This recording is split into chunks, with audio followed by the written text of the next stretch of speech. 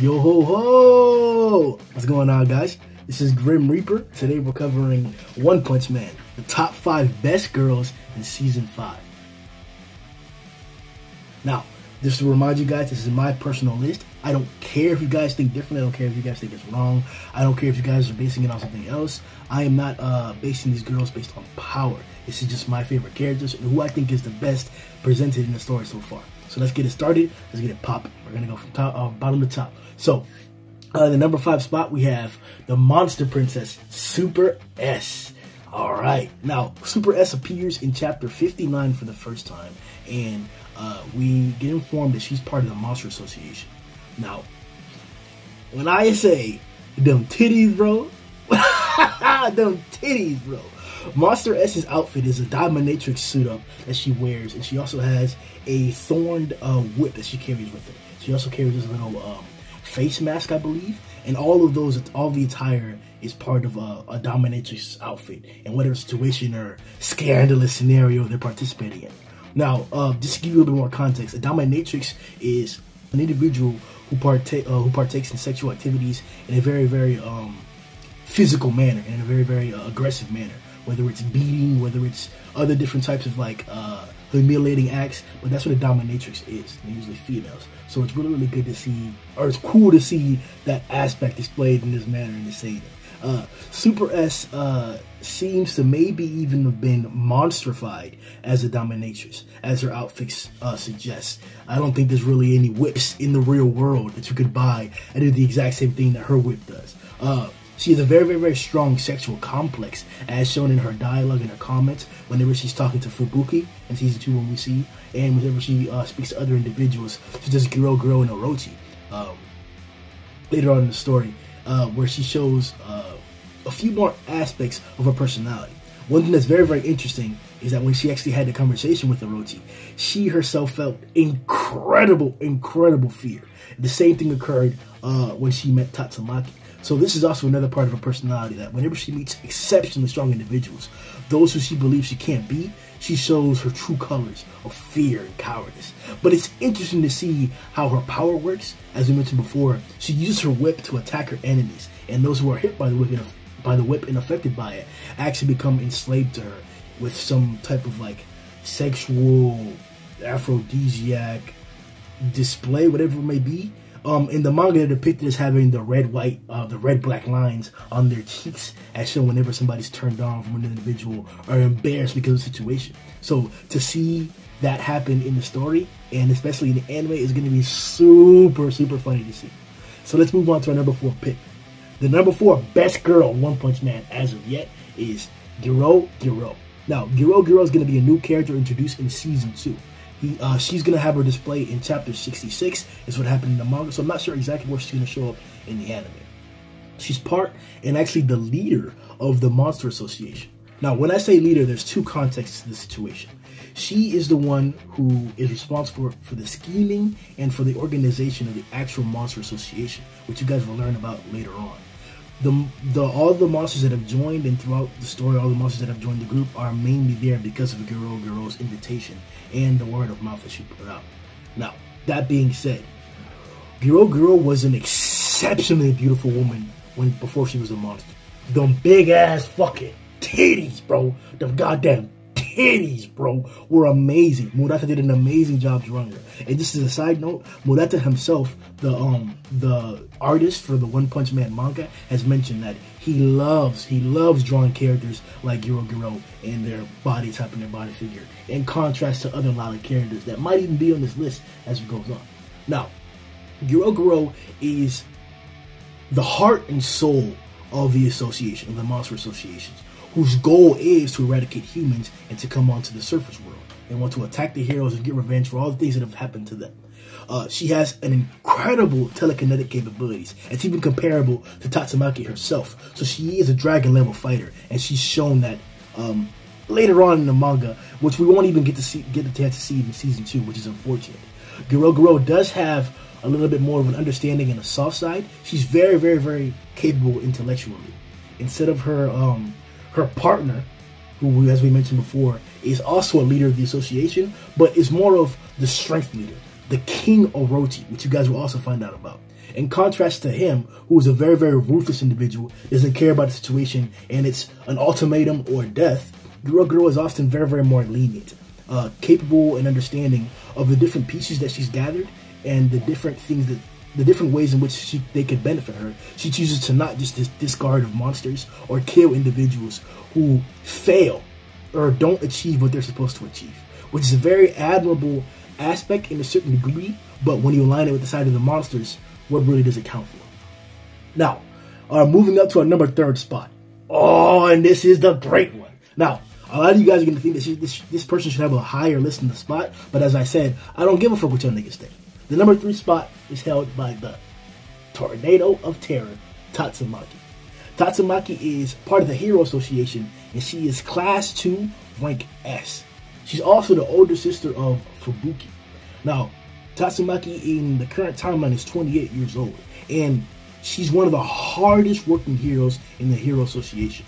And one of the side stories that we get, and hopefully we'll get it in either in the OVA or in the main storyline of Season 2, she has a day off. Now, her personality aspect is that she's such a hard-working hero, and she feels that killing monsters is her actual duty, not just a job. That she spends most of her time working, you know, killing monsters, doing the job of the association, almost never turning down an assignment that's given to her. But on one occasion where she actually complained and had a misunderstanding with one of the association staff, she was given a day off. And as we saw on her day off, she was incredibly bored. She didn't know what to do with herself. She couldn't find anything to entertain herself with, to the point that she decided to go out on a spree of killing monsters. And it was so tough for her, she couldn't find a strong enough monster until she finally did. And it was it was funny. It was funny. So it's cool to see that perspective of the character and how much she loves and how much she feels about killing monsters. She's also very, very, very overprotective and moody. When I say moody, cold-hearted is probably the best way to describe it. She doesn't really show that much affection or gratitude towards many people in the Hero Association or in the story at all, besides King and maybe, especially her sister, her younger sister Fubuki herself. She's very, very, very overprotective over Fubuki, often stating that she doesn't need to be involved in the conflicts that occur, questioning why she's the hero, even questioning why she's dealing with these different groups of individuals, such as the Fubuki group. She feels that it's a waste of time and her capabilities, but she's still very, very overprotective of her younger sister. So it's cool to have that aspect be portrayed, as she has a similar, not the exact, but a close dynamic to Saitama, where her overwhelming strength doesn't allow her to, like, indulge in her power as much, so she continues to try and fight monsters day after day to try and find that spark. And it may or may not be working, we'll see. Side note, she does technically have or hold the category of lolly. That's an individual who can be older but has a younger child appearance. Now, I'm not a lolly nigga. I don't fuck with that. And Murata himself has actually mentioned that he prefers to not draw lollies, and he feels somewhat, on often occasions, uncomfortable drawing Tatsumaki as she has to be. But she is a woman, and she does get those curvaceous lines drawn for her often. So check out that Tatsumaki art if you like that and if you're about that section. Now, this next entry, our number 2 entry, is a little bit different. This individual isn't necessarily in Season 2, but she will show up in Season 3. But the fan base has loved her. We've all fallen for her head over heels, and she's earned her number 2 spot, whether you guys like it or not. So fuck y'all niggas. The number 2 spot is held by Captain Mizuki. Oh, Mizuki-twan. Oh, Mizuki, oh, senpai. Oh. Now, Mizuki appears in chapter 93, so that's actually in Season 3. You guys haven't gotten to see that, and it's amazing what's going to happen in Season 3. So check that out and read the manga if you guys like. We have a One Punch Man podcast where we discuss the manga all the time here on the channel. So check that out. She's part of the Hero Association. She's Class B, rank 71. So she is the highest in the totem pole, but she is a capable fighter. Mizuki has... It isn't exactly stated to be a concrete fact, but it is like heavily implied, as she's an athlete, a world-class level athlete, with specialties in baton usage. She's a very, very capable a fighter, as well as we saw in her actual fight in Season 3. Now, during that occasion, we actually get to see more of her personality, where she's a very, very, very enthusiastic hero. She's very dutiful, as we mentioned with Tatsumaki and some of the other heroes in the association. She loves killing monsters. She loves the prospect of gaining in rank and gaining more achievements. And she loves to see superior heroes that she looks up to, such as the King Engine and Darkshine himself. Now, there is a dynamic there between Darkshine and Mizuki. It seems that they're both world-class athletes, and that Mizuki actually looks up to Darkshine for that actual instance. And I don't mean to give you guys spoilers for later on, but they have a dynamic where she kind of questions him about his capabilities because she wants to improve herself. And it shows us what she's really striving for at the end of the day.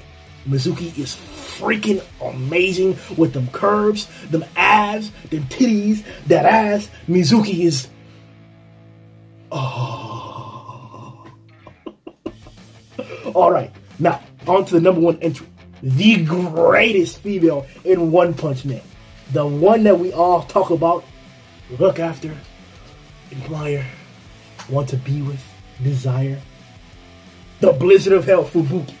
Now, the Fubuki appears not in an actual chapter of the manga at first, but she appears in a side story called A New Wind Blows. She's part of the Hero Association. She holds the Class B Rank 1. She's 23 years old, but she's also the younger sister of Tatsumaki, as previously mentioned. She's also the leader of one of the biggest, or actually the biggest, Hero Association gang called the Blizzard Group. Now, as you mentioned before, or as you guys know about in Season 1, there are certain heroes that don't like other heroes to hop up in rank because of their abilities. Everybody wants to help maintain and keep their rank. So, as we saw with Snake, who attempted to do this with Saitama, Fubuki also indulges in hero crushing, or what we call hero recruiting. So, her and the Blizzard Group are actually a culmination of a bunch of B-class, high-ranking and mid-ranking heroes who have grouped together to maintain their rank and go up together. As their actions and working together, they can gain more accolades, promotions, attributes, and different things to give them more rank along the way. So, when she first encountered Saitama, she actually took this tactic. She went to the hero crushing tactic. Well, first she attempted to recruit him to join the group, and then she went to the hero crushing tactic and indulged in a fight against Saitama himself. Now, as we all know what was going to happen with the final result of the fight, Fubuki did indeed show capabilities as a B-class fighter, and as far as I'm concerned, she's shown that she can hold up her rank as the number one in B-class. She uses telekinetic capabilities just like her sister, but on a much smaller scale, as Tatsumaki has seen affecting crafts on the side of a city capable of destroying cities, and maybe even a god-level threat or around that range. Now, in the fight against Saitama, she did show abilities to fight acceptably well, as I mentioned, and later on, she actually fights a character in Season 2 that's actually mentioned on this list, the Monster Princess. They have a fight. Now, the Monster Princess is ranked at demon level for her disaster capabilities, but Fubuki does go toe-to-toe with her. It doesn't turn out to be exactly how we think the fight's going to end, because you'll see in Season 2, I don't want to spoil you guys, but it's a spectacular fight. She does spectacular things. Now, the dynamic that Fubuki has besides her sexual body, amazing clothing, badass power aspect, is more of a cold-hearted, unrelenting drive to get what she wants. She uses the group adamantly, the Fubuki group, to get the tasks that she needs done quickly. She depends on them a lot, but she also cares for them greatly. She, like we mentioned, all her actions go through the Fubuki group, even though she's capable of doing things on her own with her own power. Now, with that dynamic being said, it stems from the principle of her own personal insecurity. Throughout her entire childhood, she's been really insecure about both her breast size, which she's now very, very comfortable with, to my pleasure, and being in the shadows of her older, exceptionally powerful sister, Tatsumaki. Tatsumaki overshadows her in almost every single aspect possible, and she often feels lesser because of it, and I guess that's translated into the methods in which she's chosen to try and achieve the same accolades that her sister has, by using numbers instead of just pure strength. Now, that isn't the best tactic possible, but she's done an exceptional job doing it by maintaining the #1 rank in B class with the largest group in B class. So, it's cool to see that aspect. She's the last part that we'll mention is that she's indeed very appreciative of her group. That's a very important thing to mention, because once she was defeated by Saitama and once she saw the strength of Saitama, her complex of using the Fubuki group for that aspect changed to a certain extent. She was presented with the idea that once again she's capable of doing things on her own, so why is she still in the B rank? And that's when we got the whole inferiority complex with Tatsumaki revealed to us. But this individual felt very sorrowful. I don't mean to spoil, but certain events occur that affect the Blizzard group, and she's forced to take different paths to achieve and strive forward. One of those paths does indeed include messing and trying to join or recruit Saitama, Genos, and the rest of the hero gang, as we'll see in Season 2, to join the Blizzard group. Now, this is an amazing presentation for the #1 girl. I love Fubuki just as much as Murata loves drawing Fubuki, and I'm super excited to see what she does and later on in the manga, as well as how the animation is presented in Season 2. It's going to be amazing. Season 2 is going to be great. I love everything that's been done so far. I'm very excited for Goro, Genos, all the other guys that are going to show up. It's going to be a spectacular part. Season 2 One Punch Man may be the best season of anime you can see this season. Alright guys, see you guys later, man. Yo ho!